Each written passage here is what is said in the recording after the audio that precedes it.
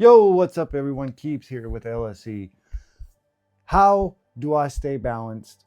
How do I rebalance when I'm emotionally thrown off? There are 4 questions that I ask myself when I do get off balance after I have awareness that I am off balance.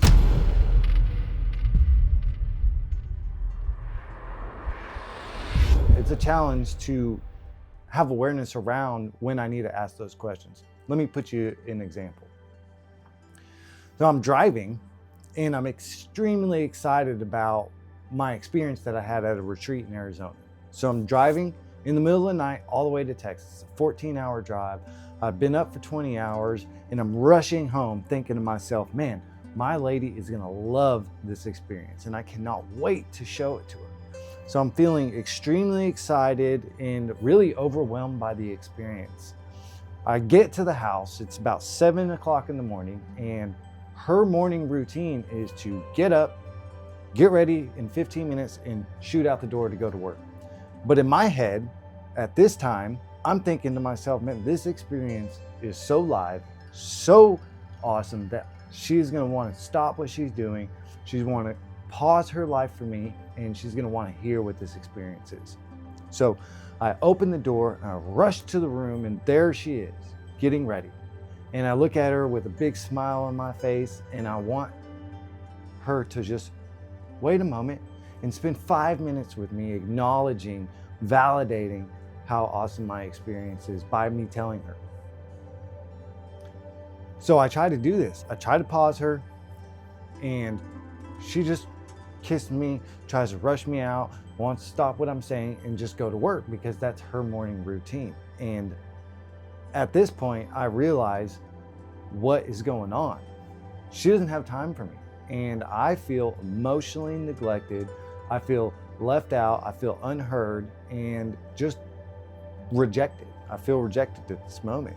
And so, of course, my reaction to this is to throw a temper tantrum and ignore her for the day and make her pay for not stopping what she's doing to acknowledge or validate what my experiences and how happy and emotionally content I was. So what happened? Why do I feel that way? Why did I feel so let down? So there are 4 questions that I asked myself. And the first question is, what was I thinking in that moment? Now, I wasn't able to pause in this moment. I let it fester throughout the day. So what I was thinking was a vision, a picture of what I thought me coming home. I have arrived, what that was gonna look like. And she didn't meet that expectation because she was going on her normal day. So I put these expectations on what I thought the world should be at this moment. And then my reaction was to make her pay. So this is the second question. How am I behaving around this situation? So I've got thoughts and I've got my behaviors. One, I showed up trying to bulldoze my way into having the situation unfold the way that I thought it was. And my behavior surrounded that. And then when I wasn't met with that expectation, my world came crumbling down and I threw a temper tantrum like a 5-year-old. So that's the second question. The third question I asked myself is, what is my belief around this? And this particular situation, my belief was that I am the most important person in the room. I'm more important than work. I'm more important than feelings, I'm just most important in that moment. And I've got news. I am not that important. I am not so important that the world needs to stop as I walk. It needs to hold its breath until I am ready to do something. That is not who I am. I'm not that important. The fourth question that I have to ask myself is, what is my fear? What is the fear that underlies all of this, that perpetuates this thinking, these behaviors, and this delusion of who I think I am? And the fear is not being validated in this particular situation, and also the fear of my expectations of what I think the world should be like isn't met.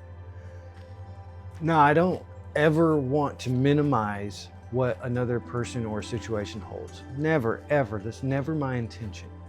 But for me to grow and for me to recognize myself, I have to set aside the wrongs that others have done to me, the wrongs or the uncomfortable situations that I don't necessarily agree with, because I'm looking at my own behaviors, my own thoughts, my own fears to grow. I'm not going to grow by identifying what somebody else is thinking, how somebody else is behaving. I'm only going to grow personally if I only identify those within myself. So the situation or the person isn't what I'm looking at. I'm looking at me and how I can grow. Whenever I ask these 4 questions, it really helps me paint a picture of how I'm showing up in the moment and where I can start from, a baseline to start from, so I can make changes as I go along. And this is growth to me, right? Having awareness around my thinking, my behaviors, my fears, this is where I can start to grow from. And in this situation, this example I'm giving you, through asking these questions, I had some revelation. And one of them is my expectations do not predict what's going on.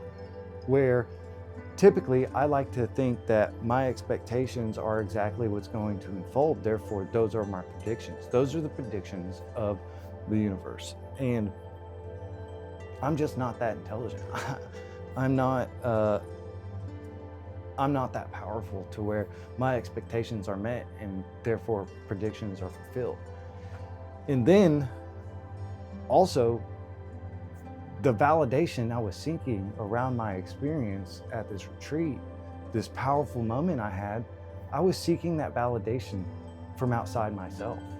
Regardless of who it's from, the validation needs to come from within. I had an experience, and that is the beauty of it. It doesn't need to be anything beyond that. I don't need other people to validate my experience or my happiness, my joy, my love around anything. That needs to come from within. And the last thing that I realized was that I am not that important. The breath that I take does not make the world revolve. The footsteps that I walk does not rotate the earth as I walk. The earth will continue to rotate. The air will keep flowing, regardless of me. And so, putting down those expectations, having awareness around how I'm showing, and asking those 4 questions to get there is how I grow and how I rebalance emotionally. And the cool thing about this is that it can be applied to anything. It doesn't just have to be applied to this particular situation or relationship. It can be applied to whatever you're running into, whatever I'm running into, whether it be something of my own making, if it's a part of somebody else, or just some crap that happened at work or while I'm driving.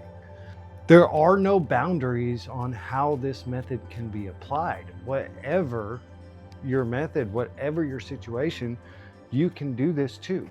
So if having awareness around these situations when you should do this is a challenge for you, check out this video that I have that can bring awareness. So I love y'all. Remember to love yourselves.